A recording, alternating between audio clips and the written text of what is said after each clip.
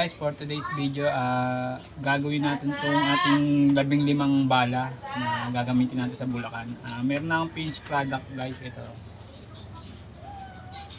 Meron pa tayong 5 gagawin. 10 na to guys.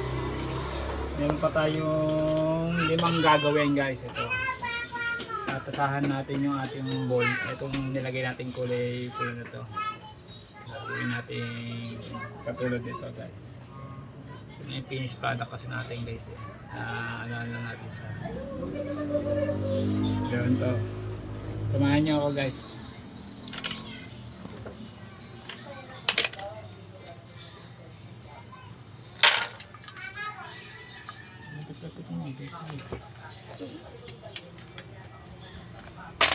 Guys, gamit tayo ng cutter guys, yung kahit na yung tulis para salpak natin sa ating baril.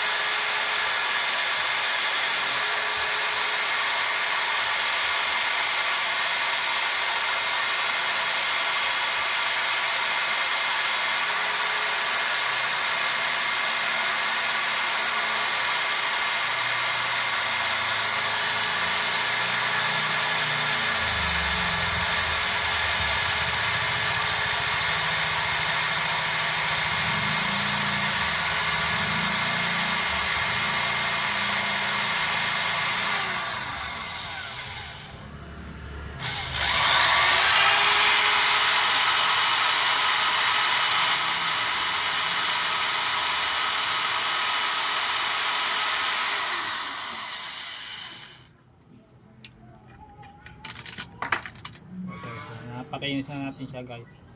Ngayon, testing natin dito sa ating kung papasok na. Okay na siya guys. Ngayon, tatasahan naman natin itong ating ball pen.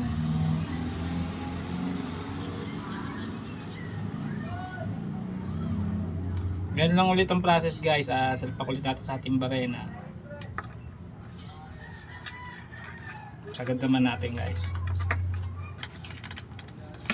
Tapos padaanan ulit natin ng cutter.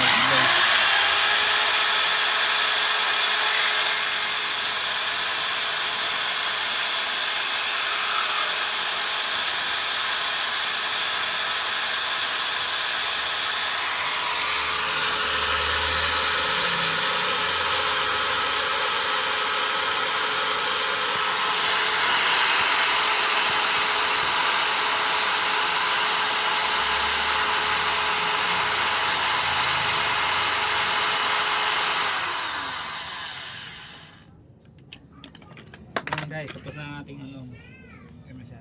guys.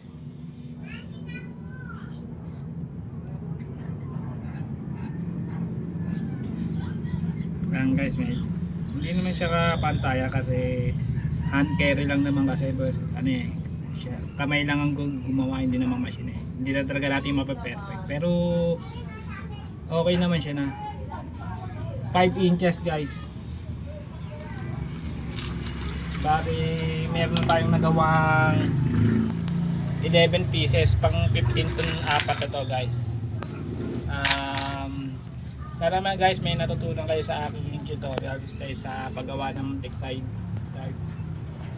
Kung gusto nyo pong makakita pa na paki-follow nyo lang ako, subscribe and share po para po may matutunan po kayo. Hanggang dito na lang po guys. Keep safe.